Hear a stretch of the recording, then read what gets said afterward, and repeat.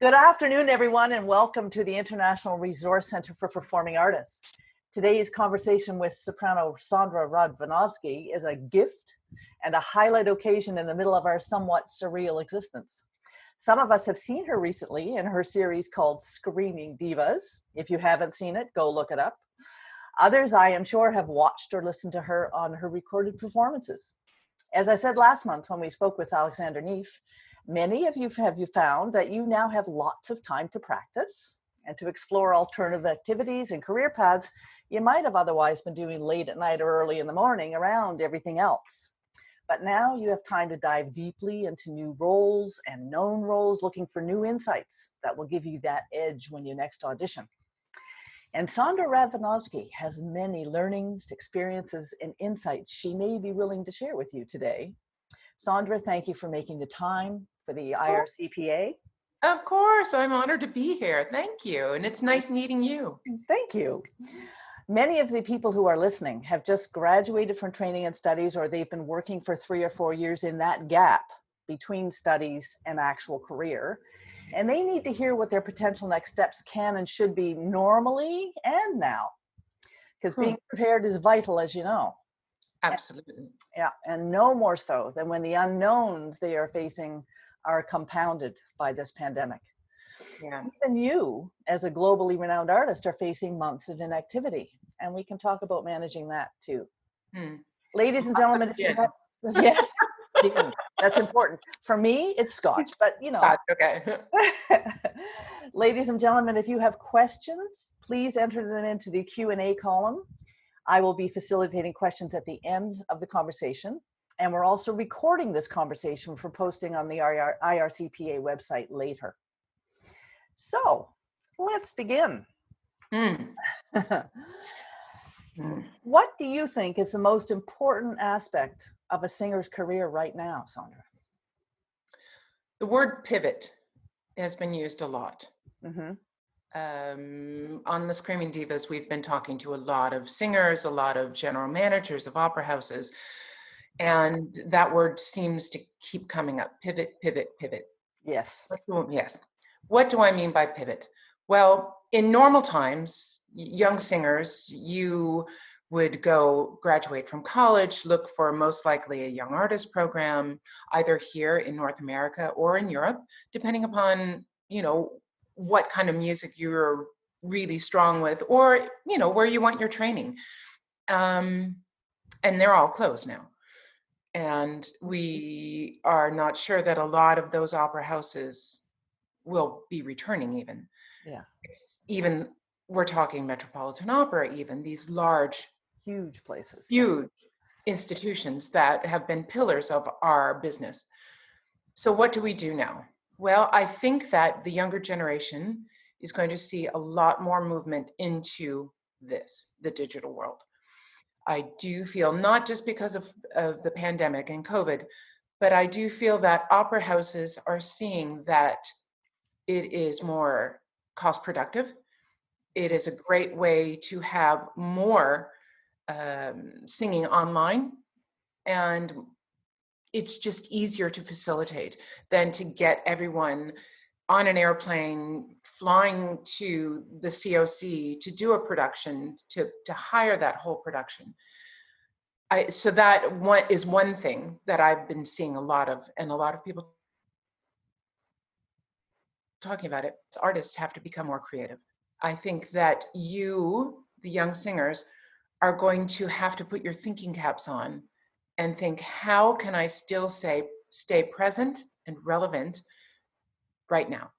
And for some of you, that might be putting up streaming videos, starting a blog, having a conversation with all of these people, finding an opera house that is close to you, because right now traveling is still kind of iffy, and they're saying even in the next 6 months to a year, travel is not going to be what it was. Yeah. And you have to be, as an artist, comfortable. This is the most important thing. You have to be comfortable in your surroundings. And if you are supposed to go and do a concert or an opera, are you going to be comfortable standing close to someone when they're singing? Are you going to be comfortable getting on an airplane to fly over to Europe or wherever you're going? And these are all questions that you need to really ask yourself. Mm-hmm. Another thing that I think is, as opera houses are shutting permanently, I want everyone to really think, not only do I love what I'm doing, but why do I love doing what I'm doing? Because if you don't love it, I would say do something else. It is so difficult right now. And there are so many singers out there looking for fewer and fewer jobs. You have to have that passion. And if you don't, there are other artistic things that you can do besides singing. So think about that pivot as well. That's very interesting. It's a harsh reality, and I'm so Yeah. sorry. But if these A-level singers in the world are thinking of quitting singing, I can't even imagine what it's like right now being a young artist. But that said, the smaller opera houses, Mm-hmm. I'm finding, are the ones that are succeeding with the digital content, with the online, all of that. And maybe that is the niche that you all need to find right now. And it's an interesting trend because everybody's trying to figure out how to monetize it now too, because that a lot of the content we're watching is free. How do we feel about that? You will notice that you have not heard me sing since March 13th online. Yeah. I feel that we have relevance, we have importance, we have worth. Just because our voice isn't tangible, we can't touch it, we can't put a price on it, does not mean that it should be given away for free. Mm-hmm. And I understand that these are difficult times for everyone, and that everyone wants to be uplifted by music, by our art. But we still have a house that we have to pay for. Mm-hmm. We still have apartments, we still have voice lessons that we have to pay for. And I don't agree with it. I'm sorry. I really don't. And if you as an artist want to put something out there for free, that is your choice. But an opera house or a symphony or all of this other free content, that these vaults have been opened up, I think it is kind of like a Pandora's box now. And that, how is that ever going to be closed? Yes. Yeah.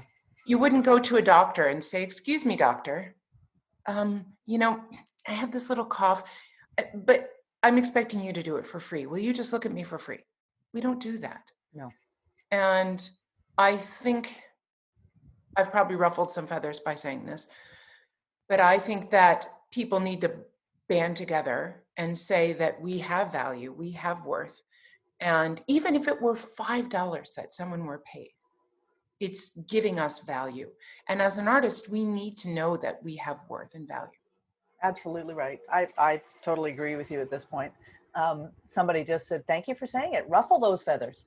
Yeah, I have.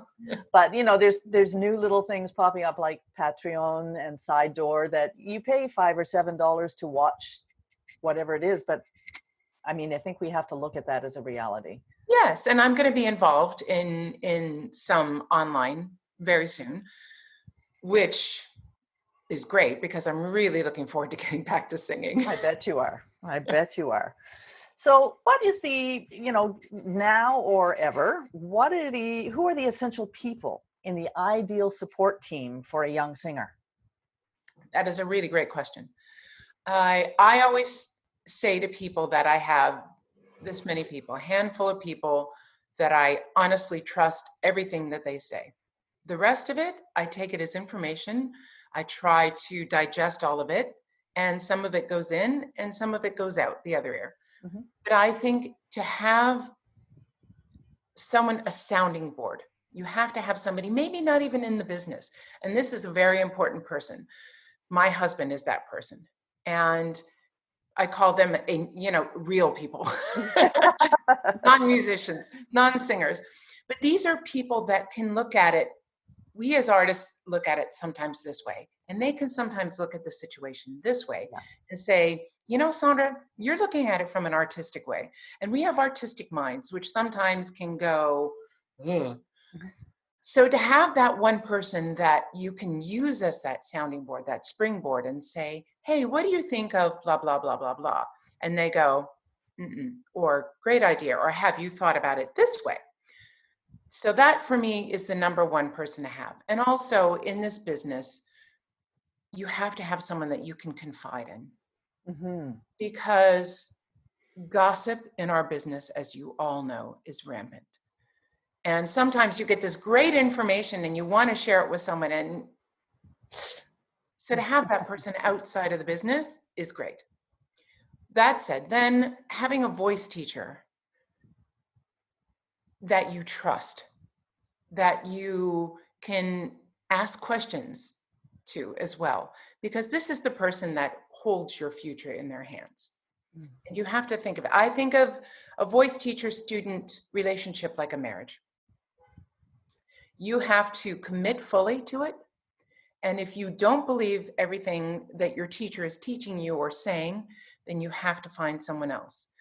Because if you don't 100% believe and trust in this person, it's not worth it. Then you have to find, when you're ready, find a manager that understands not only your voice, but you as a person and how you work and how you tick. Because each one of us as singers work differently. Some of us like to go, go, go, go, go, or used to like to go, go, go all the time. Some singers like me, I like to take a few days off in between jobs and to lead a normal life and to go and have fun. And singers need to find that person that you work well with. That said, also, a manager should never be your best friend. That's good advice. Yeah. A manager is someone that is doing your business. Mm-hmm. Do not make them your best friend, because in the long run, it will only hurt you. Also with a voice teacher, never best friend. This is a business, and we are running a business, and we have to think of it like a business.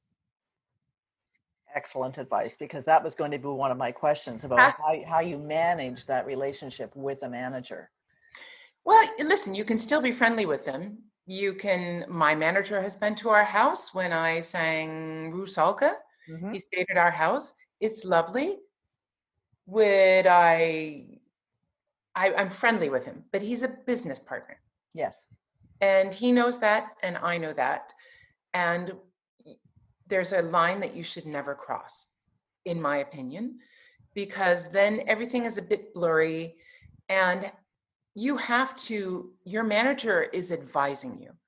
And if you then take it to the personal level, then you're going to take it personally if they say to you, for instance, you know, Sondra, that last show wasn't so good. You were out of tune or blah, blah, blah. And you go, but wait, you're my friend. Right. And good friends tell you those things, but especially managers. Exactly. And you have to not take it personally, mm-hmm. because it is a job and we run a business. Right. Well said. Okay.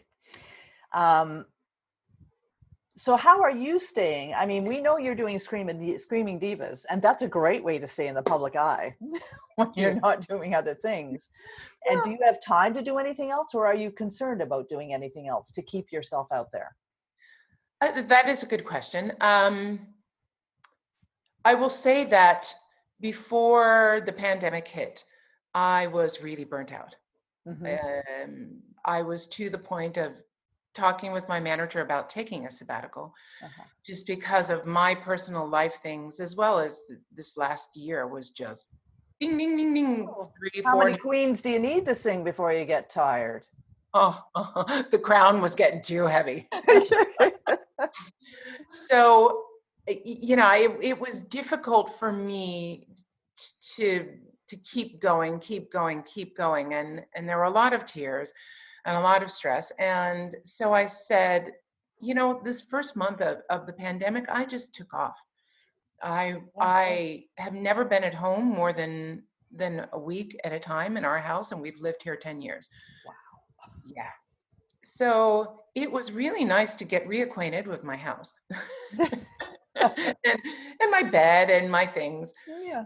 But at a point, my best friend Carrie Alkema, my partner in Right. crime with Screaming Divas, she and I were talking almost every day, and she said, "We should record this because I bet other people are feeling these things." Mm-hmm. And we reached out to a few people and said, "What do you think?" And they all said yes.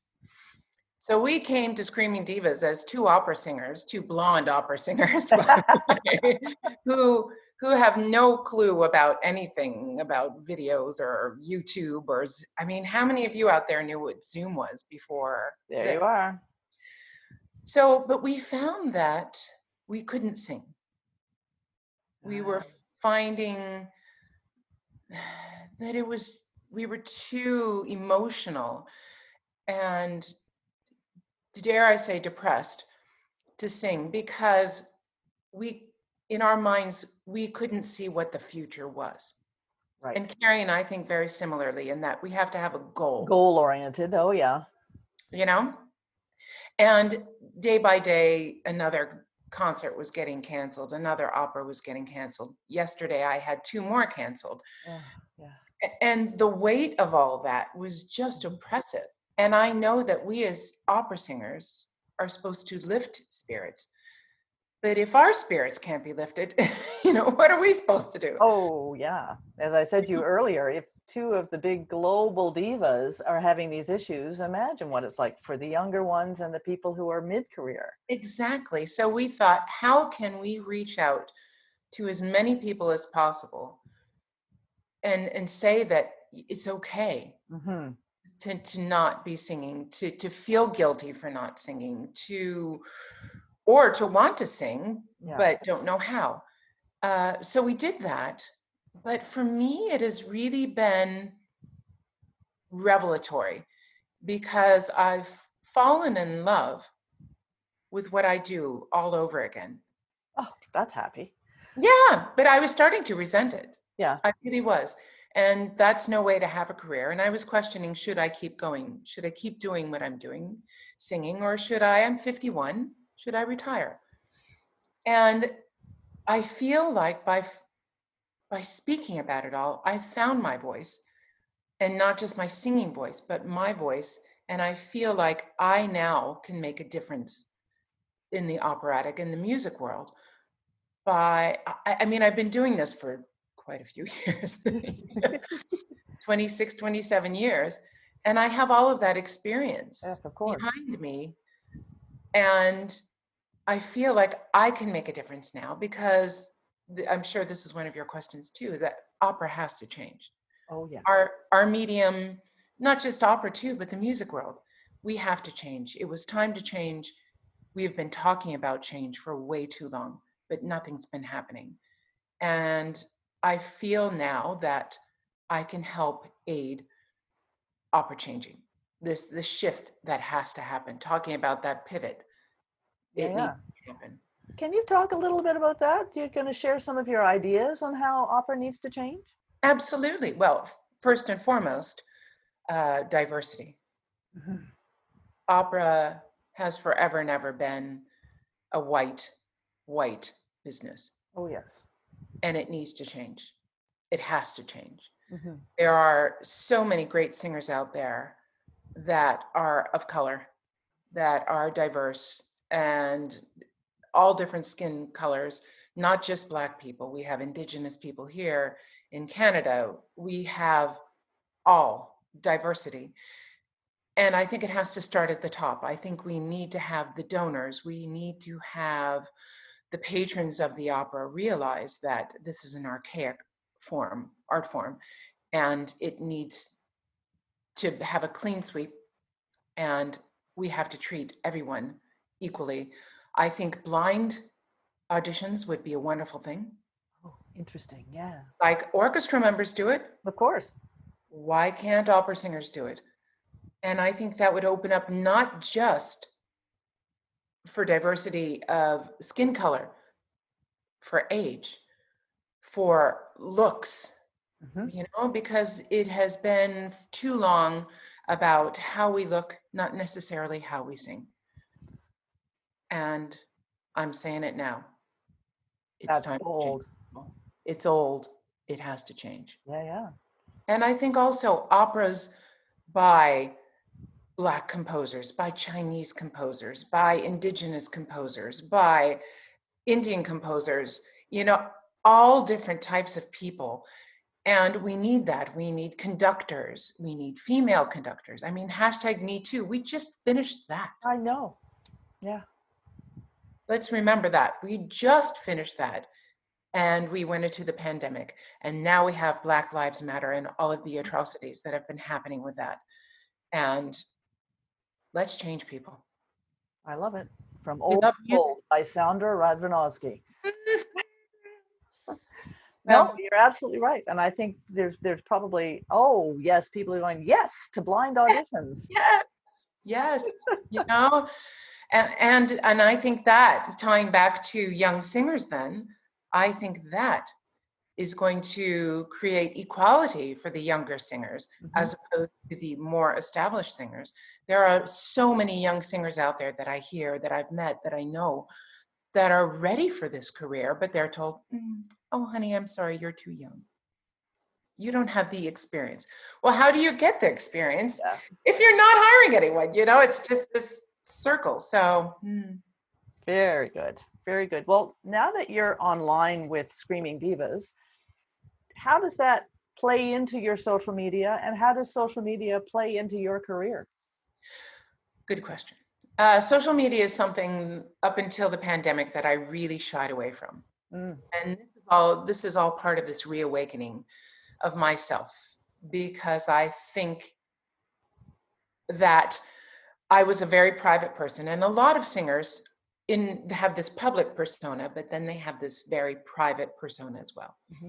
In that I always felt that my private life was private. But then I realized that that's not fair, because I am a public persona. I walk out on stage, and I felt that I had a lot to share. Maybe it was just that I didn't know enough about it, and I was afraid. And change, as in opera houses, change is scary. And for me, this was always the way it had been, in that there was a standard for opera singers that was very old-fashioned. And I said to myself, if you're going to be woken and have a reawakening, you have to embrace it. Right? So I said, social media, here I come. I have taken courses in the last 3 months. I have learned about 51 years old about social media. And I used to think that it was negative, but now I've found the positivity in that I'm in control of what I put out. And remember that. But once you put it out, it is forever out there. So think once, think twice, maybe even think a third time before you put something out there, young artists, including your singing.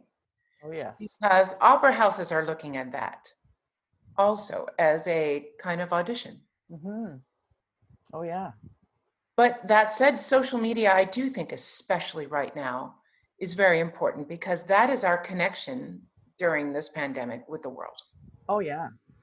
Think how lucky we are to be able to see. Yes, exactly. And we as artists can create our persona now. We can create that world that we want people to think we live in. And think we live in is a really big word, because I live in a world and I know what my world looks like, but I know what the world that I portray in social media is as well. And we all have to think about that. And you have to think, as young artists, what do you want to put out there? What do you want to share? And what is your story? Very good. I'm going to take a little side trip here because of social media into influencers. Because although many of us are thrilled to claim you as Canadian, I know it wasn't always so. And I believe your husband was the influencer who brought you to Canada. Can you tell us that story? Oh, do you want the long or the short? Well, we've got about a half an hour. Yes, my husband is Canadian, actually British by birth. Duncan Lear, that's a nice British name, you know. Absolutely. So I was living in New York City Mhm. at the time when I met him, and his best friend was Michael Shada, the tenor, the Canadian tenor, Oh. yes. And Michael Shada and I at that time had the same manager. And she kept saying to me, "Oh, you and Michael would be best of friends. You two seem so similar. Why don't you go and hang out? Because Michael's here alone, his wife isn't here." And blah, blah. And like, yeah, okay. Well, I'm singing La Boheme at the Met. I'm singing Trovador at the Met. Like, I'm a little busy right now. So Michael came to the La Boheme dress rehearsal and he said, "Hey, my best friend's in town. We're going to go to dinner. Do you want to come?" I said, "Yes." And we were married 11 months later. Oh my soul. Now, there's a lot that happened in between there. And my husband would say, with me not returning phone calls. Oh yes. Yes, but I met him and I thought, why are you so nice? And then I learned that all Canadians are nice. Most. Yeah, most Canadians. Yeah, so then we had the tough decision of, do we stay in the US? Do we move to Canada? Blah, blah, blah. And I said, I really like it up here. And that was it. I moved up after we got married. Mhm. And now I am officially Canadian. Oh, and we're thrilled. Thank you. I got my Canadian citizenship while I was singing Elizabeth I at the Metropolitan So Opera. Funny, because I that's had to swear allegiance to the Queen, and I'm like, but I am the Queen. Do you want to talk a little bit about vocal health and techniques as people are practicing by themselves? It's very important right now, especially for those of you who haven't been singing regularly and want to get back into it. I've been very vocal, so to speak, about my vocal surgery that I had in 2002. I had a node on one of my vocal cords, probably from when I was a child, in that I had pneumonia, intubated me, and it kind of nicked one of those cords. So I learned to sing with a node. So then I had to learn to sing without a node. And vocal rehabilitation is a difficult thing because we want to just go and get back right into it, and especially now, these are little muscles here in our throat, very, very, very tiny, tiny muscles. And they have to be used just like an athlete. And I say what we do is very athletic because it involves not only these little muscles here, but all these muscles and our breathing apparatus and all of that. So when we've been shut down for a month or a few weeks or 2 months or however long all of you haven't sung, then you have to slowly, slowly bring it back. You have to stretch those muscles gently. So I suggest right now, if you're starting back, singing just bit by bit, maybe 15 minutes for the first week every day, 15 minutes to half an hour, just do vocalises very gently. Don't go to the extremes of your range, because when we do that, we're pulling those vocal cords tighter at both extremes.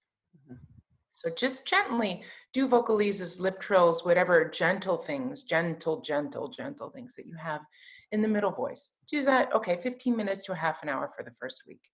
Then the next week, if you want to do 2 half-hour warm-ups in a day, that's good. By week 3, I would say you can start to sing some music, but be very aware of your breath support, because right now we haven't been using that as much. So the tendency is going to be to push more. And that's where vocal damage comes from. So that's just my advice, but I think we have to be gentle with it all. Oh, very good advice indeed. And especially when most people are practicing in their apartments or their homes where they don't have the acoustics they're used to in a studio.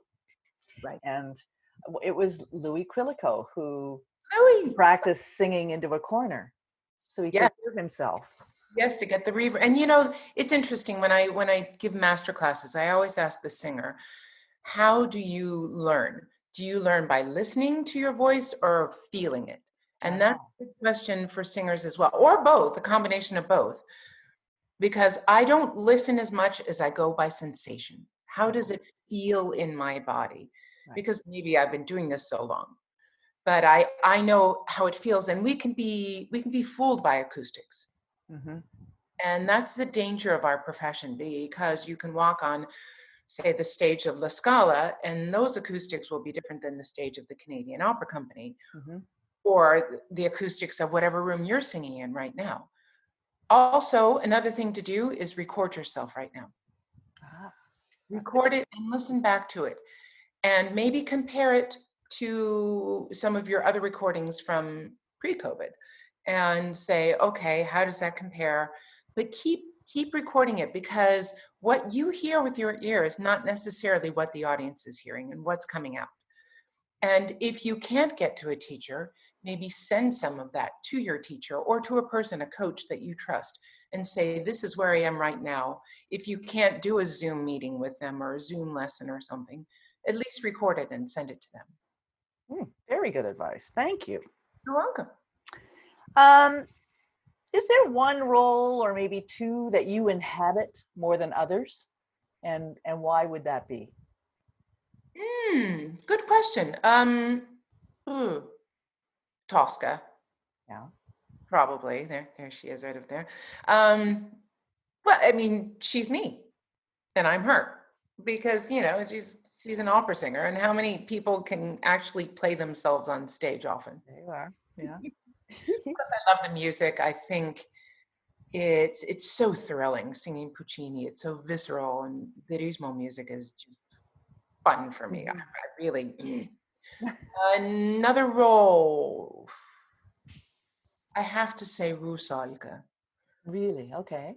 Yeah, because I'm Czech. Of course. Yeah. And I think that there's Czech blood running in these veins. And I feel sorry for her. Mm. And she wanted something so badly, and I relate to that in life too, because sometimes we wish so hard for something, and then you get it and you go, wow, I didn't know what that was going to actually look like when I got there. Uh-huh. And I feel that she's such a deep character, Rusalka. There's a lot to her. Yes, indeed. Yes. And the music is so glorious as well. For me, it's, if I don't like the music, then I can't like the character. If I don't like the character, I can't like the music. They're so wedded. Of course, that makes sense. And Trovatore, obviously the role that I probably sang the most. She's fun. Oh, well then. Yeah. That's a good insight. Thank you. You're welcome. I have a couple of questions here for you. Sure. At what age did you finally realize that you could make a career out of this, and how long was it before you got more leading roles? Ooh, good question. What age did I think that I could make a career of this? Probably about 21. Oh, yeah. 21. I won a few competitions when I was 21. My voice developed differently than a lot of voices. Big voices in general develop slower. Yeah. As I say, we need more time to bake. Yes. We do. And so I started as a mezzo-soprano, actually. Oh, I didn't know that. Yeah, I started taking lessons at 11 as a mezzo, because oftentimes dramatic voices, the bottom of the voice will develop first, then the top, and then you kind of fill in the middle. Okay. So I went from being a lyric mezzo to a coloratura soprano, then kind of filled in the middle, and kind of now whatever people want to call me, that's me now, but lirico spinto. So I felt at 21 that, that I was still filling in that middle, but I was ready to go and do some full lyric roles. And I did Mimi and La Boheme. And yeah, I felt that, yeah, I might have a shot at this, but it was always my dream. I was very fortunate in that I found my dream early on in life. I heard Placido Domingo singing Tosca on TV. I read Beverly Sills' autobiography, Bubble. Yes. And I said to my mom, that sounds like fun. She said, yeah, okay. But church choir too, so many singers that we've been interviewing on Screaming Divas got their start with church choir. Brilliant. And that for me was, I found church music very similar to operatic music in many ways. And I saw my first opera live. It was Carmen. And I was hooked. I just said, yep, I want to do that. So fantastic. And then I won the Met competition at a very early age. I won the Met competition when I was 25 years old and 3 days. Yeah. And then you were pretty well launched, right? Yeah, but it was. I mean, then I was in the Young Artist program at the Met, and thank God for that, because I wasn't ready. I thought I was in my brain. I thought, yeah, I'm ready. And then when I got to the Met, I realized, oh, Sondra, you were so sophomoric in that you have so much more to learn. Yeah. And so I did. I took those 3 years, and I think it was really me singing two roles, me singing Trovatore in the parks with the Met. I was 28 years old when I sang that. And then also I sang Antonia in the Tales of Hoffmann. Oh, yes. And that was kind of like an aha moment for me. And I realized, yeah, I think you could do this. Brilliant. Love it. To what extent do conductors and orchestras affect positively or negatively your performances? That's a big one. Orchestras and conductors, positively or negatively? Well, conductors, I would say more than orchestras, because I find that really great orchestras listen to the singers. They are, yes, they're following the conductor, but they also listen to the breathing of the singers, especially the violin players. They breathe with you. Yeah. That for me is the sign of not only a great orchestra, but a great conductor. And a great conductor is one that will breathe with you, that they give you that time to breathe. Yes. And those are more the operatic conductors, in my experience, than the orchestral ones. The orchestral conductors will drive through a line, and you're like, wait a second, I need to breathe there, Yeah. So conductors can utterly ruin your performance, not just by not giving you time to breathe, but sometimes not really paying attention, because we as singers, we signal with our singing, with our how quickly we take a breath or how slowly we take a breath, signals to the conductor, wait, I need a little more time there in that phrase to get in the air. Or by taking a slower breath, you're telling them, hey, buddy, slow down. Or taking a quicker breath, let's move. And if you're always on the front side of the beat, you're telling them, let's go, let's go, let's go. But they can completely ruin a really good performance. And for me, performances are all about ego, not just theirs, but ours as singers as well. Sure. And we're artists, we all have egos. And I think it's important and healthy to have absolutely. Oh yeah, you need that. Don't you think? Because if we don't have ego, then we're just always apologizing, and that's not good. No. But if you have two really big egos that are constantly bashing at each other from the pit and on stage, then it's not doing justice to the music. No, I mean, ego is necessary, pride is not. That's a better way to put it. And so I've had instances where a conductor wants to do his version of whatever opera it is, and he doesn't care who's up there on stage singing it. It's his version, and this is how I conduct X opera, and you're going to just come along for the ride. Oh my. And so that is the point where I take my little diva card out of my back pocket, as I call it, because I use it once in every production, and I say, Maestro, this is a collaboration. It is not a one-person show. And you have to have conversation. And there's a way to avoid confrontation by discussing it and saying, we need to collaborate. All of us, not just he and I, but the orchestra as well, all the other singers on stage, the chorus, the director as well. Because sometimes I might be doing something on stage that requires a little more thought process because it's a difficult, tricky staging. Yes. And the conductor doesn't look up or doesn't realize that this is a tricky moment. And Excuse me, on Upside Down. right, like for instance, I was just going to say, I just sang Peak Dom, my last performance that I sang on stage, and I was hanging off the back of the bed.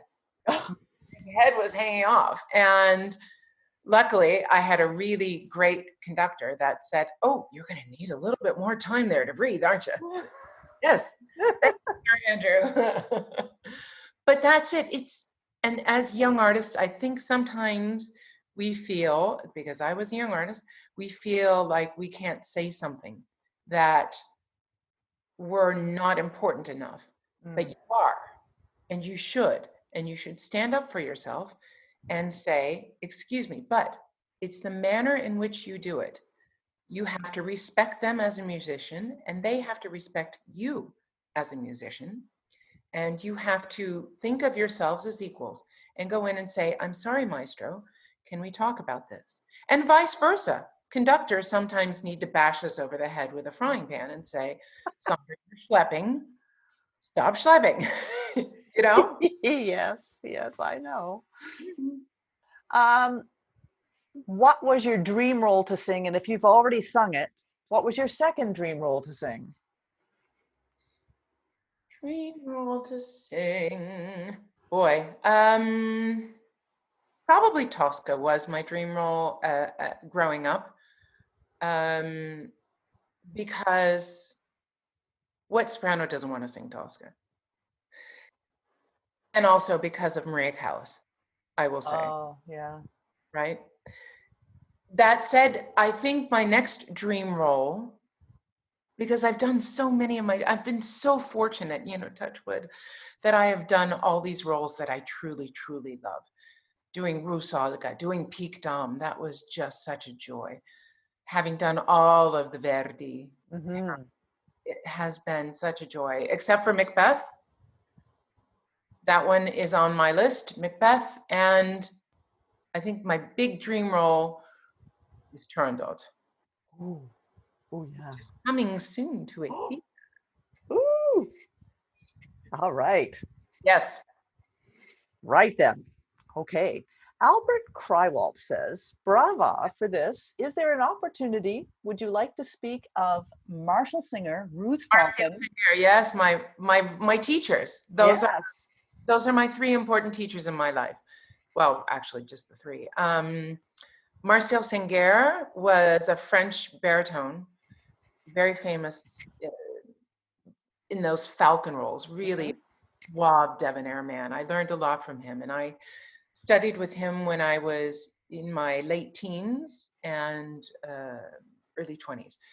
And he taught me not just about singing, but I think more importantly, he taught me about respect for the art form and for being prepared.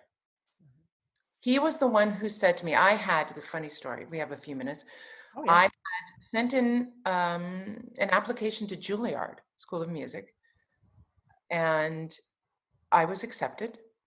I was to go and audition for a voice teacher. I had my plane ticket in hand. I was all ready to go. And a friend of mine was Marcel Senguer's actually cardiologist. And he said, he's one of the best voice teachers for your voice type. And I said, wow, okay. He was teaching in Santa Barbara. And so I said, well, I'll audition for him. I'd love to sing for him. And it was that chemistry, just like with my husband. Boom. Yes, you're the voice teacher that I want to marry. And I would drive from Southern California, where I lived in Laguna Beach, up to Santa Barbara twice a week for voice lessons, which was over a 3-hour drive. Yeah. One day I arrived not fully prepared. And Mr. Sangera said to me, "Thank you so much for coming up. Now go back, get back in your car and drive back home. And you're going to learn a lesson. Come prepared." Never happened again in my life. I bet it didn't. Yeah. And he said to me, he was the one who said to me, "I have some good news for you, Sondra, and some bad news." He says, "Which do you want first?" And I said, "Well, of course, the good news." And he said, "You are going to be a singer and you're going to have a career." I was like, "Yay! What could be bad news after that?" And he said, "You have no idea how hard it's going to be." And he said, "If you are going to be the singer that I see you having the potential to be," he said, "you have to work hard and be the very best at it." That's a big shoulder weight. But you know, he's right. Mm-hmm. Because there are how many sopranos out there? Mm-hmm. And how many sopranos at that point were singing La Boheme? So unfortunately, he passed away. And then I moved on and won the Met auditions in New York and started studying with Ruth Falcon.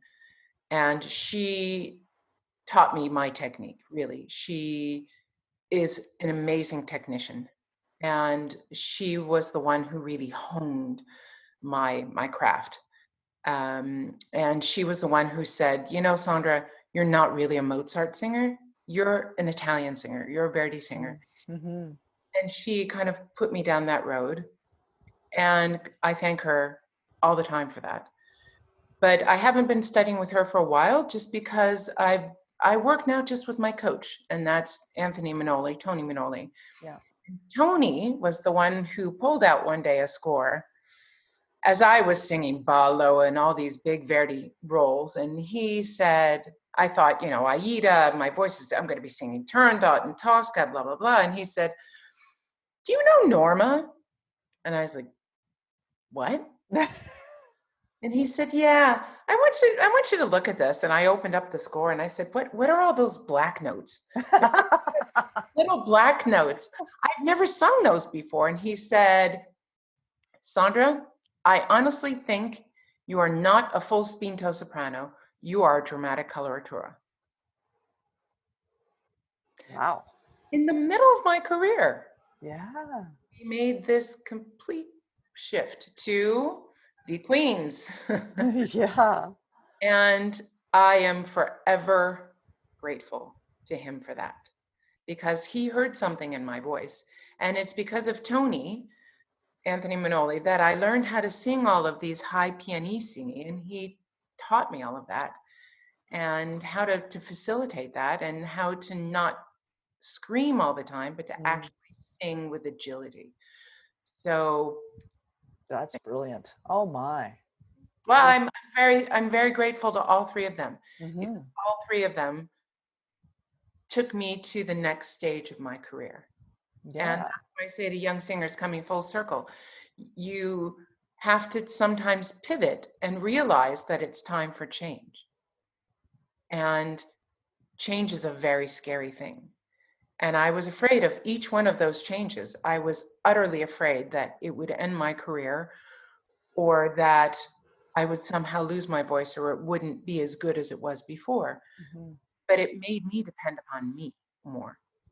Because as a singer, your teacher, your coach cannot stand up there and do it with you. Right. You're up there alone. And you, as a singer, it is your responsibility to learn how your voice works and to have the courage to go up there and learn by yourself too. Oh yeah. It takes great courage to receive that kind of advice. Yes. It isn't it true, but not just in singing, I think in life in general. Oh yeah. Change is such a scary thing. But once you embrace it and make it your own and call it your own and say that I can do this on my own, I'm good enough and I'm strong enough.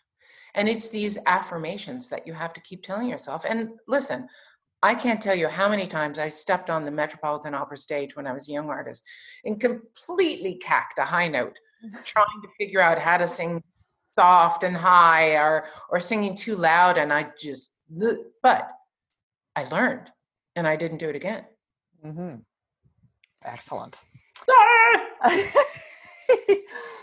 As someone who is currently baking, I'm a 21-year-old baby lyric mezzo. How do you stay patient with yourself when some of your peers at school are whizzing past you and you don't feel good because development is going slower, but you're doing everything right? Yes, it sucks. Just, I'm going to tell you a story.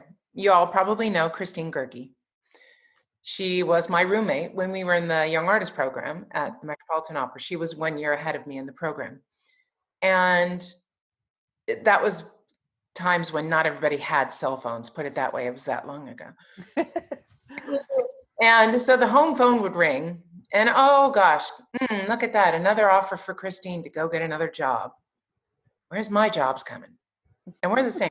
She's getting all these jobs and she's singing Mozart all around the world and she's singing all this Handel stuff. And I thought, you know what? I could be bitter, I could be jealous, but that's a negative emotion. And I think it is so easy to embrace that negativity instead of staying in positivity. And I chose at that point in my life, and you know, we all know the story of the tortoise and the hare, right? Everybody develops at different times, and everybody's moment comes at different times. And our business is very small and very insular. Everyone knows everyone. So if you go out and say, well, they're not as good as me, and why are they getting a job? Harder, to be positive and say, my time will come, and I'm going to keep working away.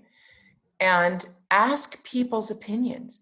Ask them, okay, question, always question, because that is how we learn in this business. You can all write me and ask me questions. I write back. I try to answer as much as I can. I'm busier now, it seems, not singing than singing. But question yourself, question other people's, question the situation. Honestly, and answer yourself honestly. Are you ready? Do you, just because you think you're ready, are you ready? And ask people, what can I do to better myself? What things do I need to work on still? And that is a tough one sometimes. It's a tough pill to swallow. If people give you honest information, you have to accept it if you trust them and try working on it. And I will tell you, the odds in this business right now are not in our favor. There are less and less jobs and more singers. So you have to, like Martial Singer said to me, you have to be the very best at what you do in order to survive. So remember that. Yeah. But don't be depressed about it. Stay positive and keep working and find what you do better than anyone else. What is unique about your voice, about you as a person, about your talent, about what you do, because anybody can sing, but the special people are the ones that actually can recognize what's special about them. Yeah, that's an inside job. Yeah, and it's an introspective time right now, and I, being a perpetual optimist, think of it as a time for us to regroup, to look inside and say, how can I better myself as a singer, as a person, as a human being, and in this business? And what can I do not only for myself, but for other people as well? I have one more question so far. Okay. It's Jillian Cummings from the Glenda Gould School. What do you say to voice students who are looking at fall semesters without the normal opportunities to perform and at best Zoom masterclasses? Is it a good time to stay in school and keep working on the voice, or time to do some soul searching and decide if enough passion is present and they can work hard enough to keep their dream alive? This is what you've been discussing. Yeah, it's true. And I think everyone has to look inside and see, are you okay with Zoom voice lessons? Do you like them? Do you not like them? I personally don't like them because I'm a very hands-on person. It's the way I teach, it's the way I was taught. I can't hear the overtones so much in Zoom. You know, everything is condensed. Mm-hmm. It's not the true voice. Can you find a way to pivot? Can you take a year off? Maybe you can find a different way to learn, or maybe you can study something else besides your singing right now. Maybe you can go and study the musical aspect of it, or languages, or maybe it's time to take a break, a semester break, or a year break, and go over to Europe and work over there, try to get some kind of scholarship to work in a university there and study your languages as well, because hello singers, we have to be very good with our languages. It's, you know, how many operas are written in English? Not many. So maybe that's a way to pivot, or to go and to get a job for 6 months and study privately on your own at home and sock away a little bit of money so that you're financially a little more secure, because I know it's tough being a young artist and in college, making money and surviving. Craft dinner is real. I mean, we know it.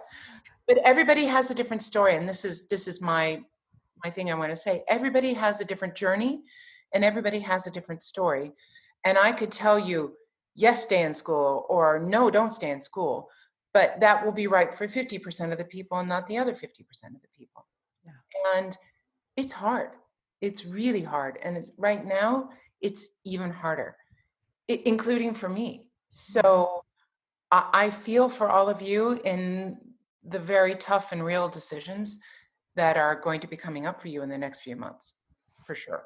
Yeah, thank you. But soul search. Okay, 2 more questions. Okay. Are there any specific vocalises or cadenzas from your repertoire that you would recommend as a good warm-up or stay in shape exercise? Yes. Boy, I would say middle voice, just very gently. And that's, I'm not going to say a specific one per se, but I would say middle voices, and not necessarily right now on an ah vowel. I would like you all to think about keeping the brighter e, oo, but not the ah, because the ah vowel, we all have a tendency as English speakers to pull the tongue back on the ah. So try to keeping the tongue loose, flat in the mouth, right? And when we're singing, right now, maybe for the next week, I want you all to think about the tongue, the tip of the tongue always touching the front teeth here, and the sides of the tongue touching the inside of your molars here, right? When you're singing. So I don't want to see pulling the tongue back. Just think about relaxing the tongue, because right now tongue tension probably is going to be a bit of a bugger, because we're coming back to it. And we're going to be listening to ourselves. And when we listen to ourselves when we're singing, we have a tendency to pull that tongue back. So try that. Middle voice, do not go to the extreme range, and do it on the brighter vowels. Yi, ya, ya, ya, ya, ya, ya, no. Yo, or yi, or ye, keeps that tongue relaxed and actually even pushed forward a little bit. Does that help? I hope that's great. That was from Natalya, who you. Oh, hi, Natalya! She's an amazing singer, by the way. There you go. Yes. Another question from Siobhan McGilvery. Out of the 3 queens, what was the hardest and who was the easiest to sing, and what queen has the juiciest storyline? Ooh. Easy. I'll start with the easiest to sing, and that was Maria Stuart. Easiest to sing because it's just kind of a lyric soprano. Not too demanding, not a lot of vocal fireworks except for Figlia impura di Bolena. Hardest to sing. That's Bolena, Anna Bolena and Roberto Devereux are both hard in different ways. Anna Bolena is a very long opera. It rivals, in my opinion, Norma in length. Also, it lies quite low for the soprano. And in many ways, it's lower than Jane Seymour, the mezzo role. So that aspect of Anna Bolena, the length of it and the low, and then coming to the very last scene, the mad scene, and having to just still have the stamina. On this. I don't know why. There we go. That's okay. Sorry, everyone. That said, hold on, just let me close this. I opened up the chat by accident. Roberto Devereux, for me, was the most interesting character. Elizabeth I was so much fun to play, is so much fun to play, because we know the most about her as well, as a human being, as a character. And she was pretty much mad the whole opera, like angry. And to play a woman like that, so regal, so angry, and some of her outbursts were just so much fun to play. And once again, the last scene of that opera is spectacular. Wonderful. Yeah. Thank you, Sondra. This has been absolutely fantastic. And I'm sure people have been taking notes like crazy. And I hope they all take this wonderful advice that you have offered. And honestly, a note to all the singers out there, please feel free to write me on social media, Facebook, Instagram, Twitter. I'm in the process of getting a new website, so you will be able to write me there shortly.